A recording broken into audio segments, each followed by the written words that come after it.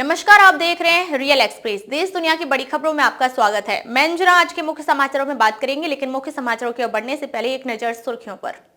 ऐसे आप हिंदुओं के नेता नहीं बन जाएंगे। मंदिर मस्जिद के नए विवादों पर मोहन भागवत क्यों हुए नाराज। मानवाधिकार पर आई अमेरिकी रिपोर्ट को भारत ने बताया फर्जी, सुनाई खरी खरी, बांग्लादेश को भी दिखाया आईना।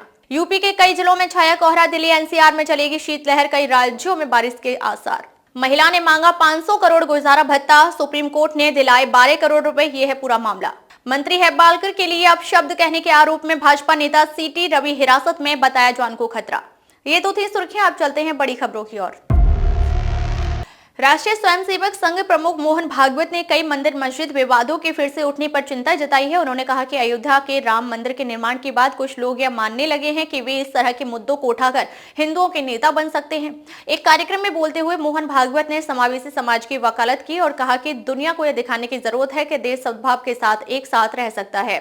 भगवान ने कहा कि क्रिसमस रामकृष्ण मिशन ने मनाया जाता है। उन्होंने कहा कि केवल हम ही ऐसा कर सकते हैं क्योंकि हम हिंदू हैं। केंद्र सरकार ने गुरुवार को संसद में बताया कि सरकार अमेरिका सहित विभिन्न विदेशी संस्थाओं द्वारा भारत में मानवाधिकारों की स्थिति के बारे में समय समय पर जारी की गई रिपोर्टों से अवगत है। ऐसी रिपोर्टें अक्सर व्यक्ति परक, गलत सूचना वाली और पक्षपातपूर्ण पाई जाती हैं। विदेश राज्य मंत्री कीर्ति वर्धन सिंह ने राज्यसभा में एक प्रश्न के लिखित उत्तर में यह बात कही। उनसे पूछा गया था कि क्या सरकार को हाल ही में I US Congress research service की रिपोर्ट के बारे में जानकारी है, जिसमें भारत के मानवाधिकार रिकॉर्ड, विशेष रूप से धार्मिक स्वतंत्रता और सांप्रदायिक हिंसा के संबंध में चिंताओं को उजागर किया गया है। उत्तर भारत में अब कड़ाके की ठंड पड़ने लगी है। यूपी में सुबह सुबह अब कोहरा छाने लगा है। मौसम विभाग के मुताबिक अगले कुछ दिनों लगातार कोहरा देखने को मिलेगा। वहीं दिल्ली एनसीआर में शीतलहर चलने से ठंड परेशान कर रही है।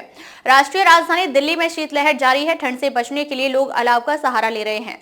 दक्षिणी बंगाल के खाड़ी में चक्रवातीय संचरण और उत्तर के पहाड़ों में पश्चिमी विक्षोभ के असर से दिसंबर के अंतिम सप्ताह में देश के बड़े हिस्से का मौसम बदलने वाला है। 28 और 29 दिसंबर को हरियाणा, दिल्ली, पंजाब, पश्चिमी उत्तर प्रदेश, राजस्थान एवं गुजरात समेत उत्तर भारत में बारिश की स्थितियां बन सकती हैं।